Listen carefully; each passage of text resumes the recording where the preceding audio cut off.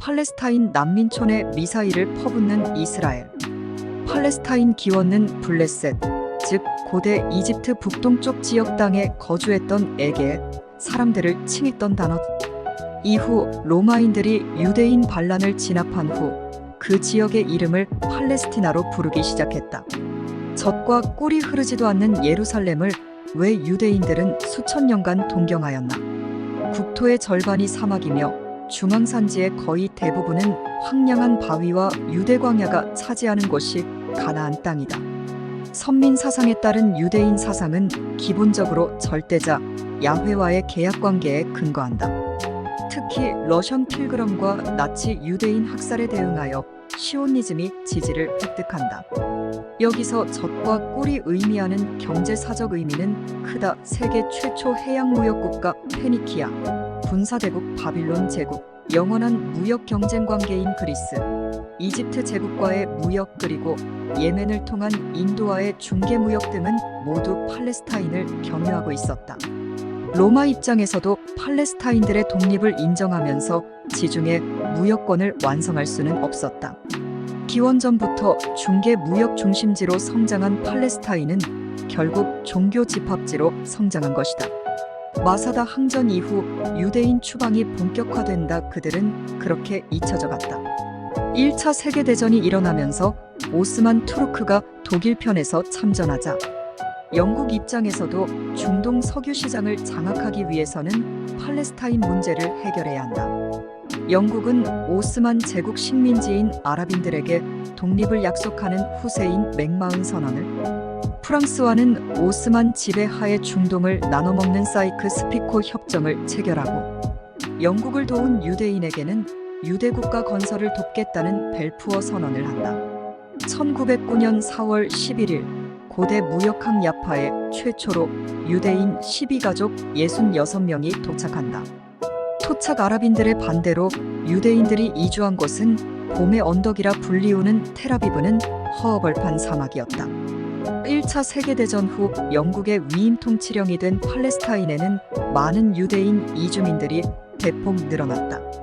오스만 압제가 사라진 중동의 석유 시장은 서양 제국주의자들에게는 새로운 먹이감이 된 것이다. 이런 영국의 삼중 플레이에 반발한 아랍인들은 1919년 3월 예루살렘에서 대규모 반유대인 폭동이, 4월에는 갈릴리에 새로 건설된 키부츠가 파괴되고 유대인 주민 모두가 학살되는 참사가 벌어졌다. 양쪽의 충돌이 격화되자 1920년 6월 기존 민병대 조직들은 히브리어로 방어자란 의미의 하가나로 통합된다. 특히 1919년 이후 세계적인 경제공황까지 겹치자 소련과 폴란드에서 16만 명의 유대인들이 도착했다. 히틀러가 집권한 이후에는 유럽에서 많은 유대인들이 팔레스타인으로 이민을 온다. 이에 영국 제국주의에 대한 반발로 아랍 민족주의도 급격히 세력을 모아가기 시작했다. 사태가 악화되자 영국은 1937년 7월 유대국가와 아랍국가의 분리안을 발표한다. 벤 구리온을 필두한 유대인들은 일단 공식적인 기반 마련이 최우선이었기에 찬성했지만 수백 년간 자기 땅에서 살던 토착 아랍인들은 경악했고 대대적인 봉기와 테러로 번져나갔다. 이때 유대인 민병대들은 해외 유대인들의 전폭적인 재정 지원을 받으면서 단순 민병 조직에 불과했던 하가나를 강화하기 위해 참모제도를 도입하고 장교를 양성하기 시작한다. 이때 이들을 도운 인물은 2차 대전 당시 이디오피아와 버마에서 맹활약한 영국군 장교 오드 윈게이트였다. 당시 정보가 대위였던 그의 도움을 받아 편성된 특수자경단은 큰 활약을 했다. 특수자경단은 적의 습격을 방어하는 역할뿐 아니라 적의 본거지를 타격하는 능동 작전까지 해냈고, 이런 경험은 건국 이후 이스라엘 군의 군사교리에 큰 영향을 미쳤다.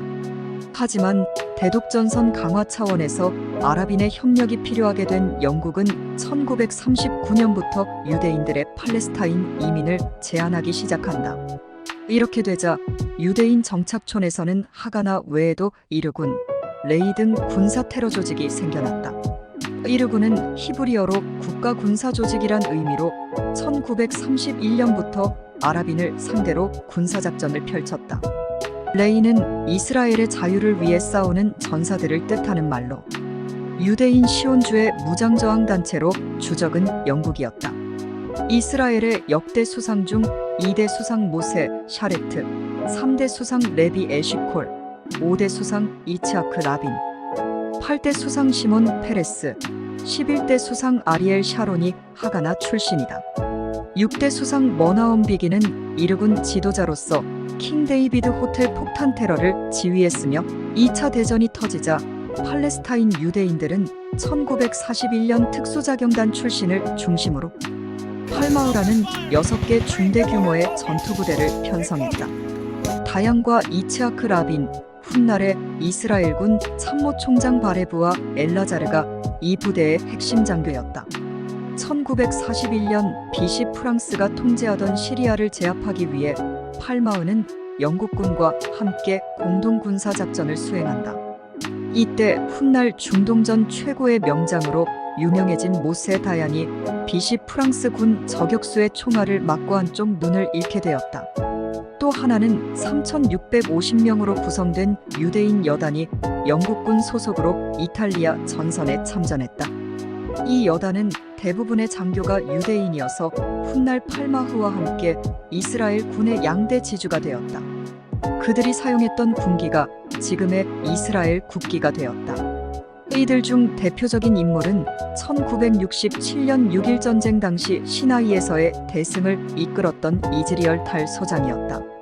이르군은 1931년부터 1948년까지 영국 위인 통치령 팔레스타인 지역에서 활동한 이스라엘의 시온주의 무장단체로 정식 명칭은 이스라엘 땅의 민족군사기구이다. 이르군의 전략은 제브 자부틴스키가 만든 수정 시오니즘에 기반을 두었다. 모든 유대인은 팔레스타인에 들어갈 권리가 있으며 적극적인 보복만이 아랍을 단념시킬 수 있고 유대인 무장 세력만이 유대인의 나라를 보장할 수 있다는 것이다. 이르군의 공격 행위 중 가장 잘 알려진 사건은 1946년 7월 예루살렘에서 일어난 다비드 왕 호텔 폭탄 테러와 레이 조직과 함께 자행한 1948년 4월 데이르 야신 아랍인 마을 무차별 학살이다. 이후 이스라엘 우파 정당인 헤르트가 이르군의 정치적 후계 조직이 되었으며 이 정당은 오늘날의 리쿠드의 전신으로 1977년 이래 이스라엘의 집권 정당이었다. 레이는 영국 위인 통치령 팔레스타인에서 아브라함 슈테른이 설립한 시온주의 중군사 조직이었다. 영국군을 팔레스타인에서 폭력으로서 몰아내고 유대인의 무제한적 이주를 통해 히브리인 공화국 설립을 목적으로 삼았다. 1948년 5월 29일 이스라엘 정부는 레이 조직원들을 이스라엘 방위군에 채용하고 레이는 해산된다. 아랍 민족 박멸을 통해 팔레스타인은 유대인 국가여야만 한다는 이스라엘의 독선은 결국 미국 후원하에 정교하게 고착된 유대인 피해자 코스프레는 오히려 세계적 반유대주의를 강화하였다.